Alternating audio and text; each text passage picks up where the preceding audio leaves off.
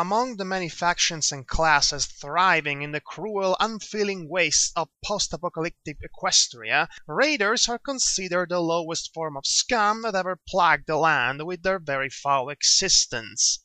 The origins of raiders vary from zone to zone and from story to story. In the heart of the wasteland, where Little Pip's adventure takes place, they seem to be the result of several ponies losing their mind to the horror of it all and simply giving up on life. In the Uffington region, however, the one from Project Horizons, a brain-rotting disease of obscure provenience causes both Earth ponies and unicorns, but strangely not Pegasi, to turn into cannibals of almost feral nature, but still intelligent enough to know how to use weaponry and to store food. If they cannot feast on other ponies, they eventually start to feast on themselves. In the independent state serving as the setting for Heroes, raiders are simply equestrian refugees that were denied any help from the locals, thus turning into bloodthirsty bandits out of necessity, eventually learning to love what they became.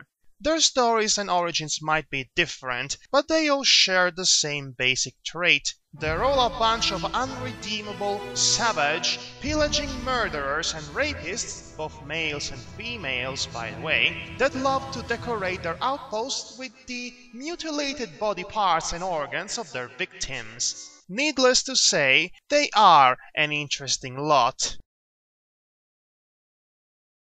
So let's have a comic starring one of those brutal, blood-soaked, violence-mongering, protective, caring mothers.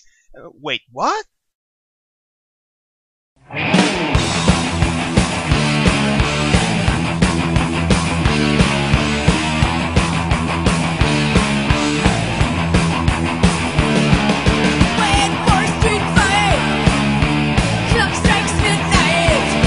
Demon Key-chan's Rider and Kid is the story of a particularly hardcore raider mare by the name of Bullet Holes, trying to balance her day-to-day life between killing off gangers from a rival faction and taking care of her son, Slug, whom is learning the basics of raider's life in order to survive. The comic is divided in two sections: an Ask a Question Tumblr blog, in which we get to know about their everydayness during the local Raiders War while answering the followers' questions, and a 24 pages comic strip set as the inevitable conclusion of this still ongoing blog, which is not a happy one. The premise is all kinds of interesting.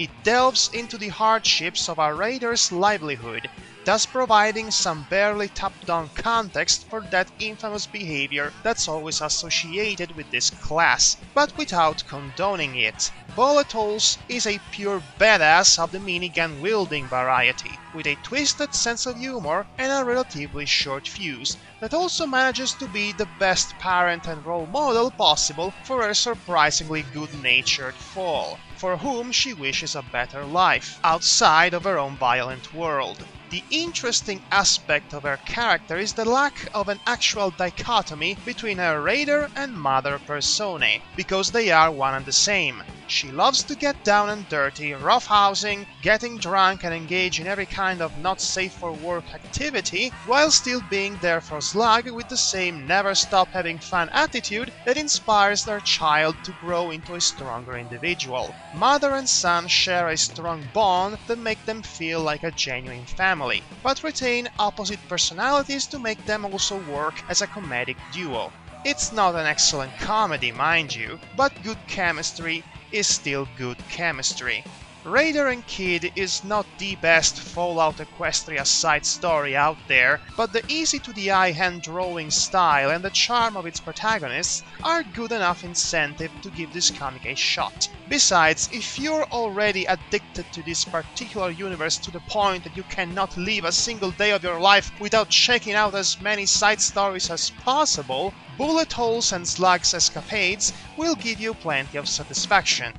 For about 15 minutes. This has been Madhog, and you've been listening to Fun Comic R&R.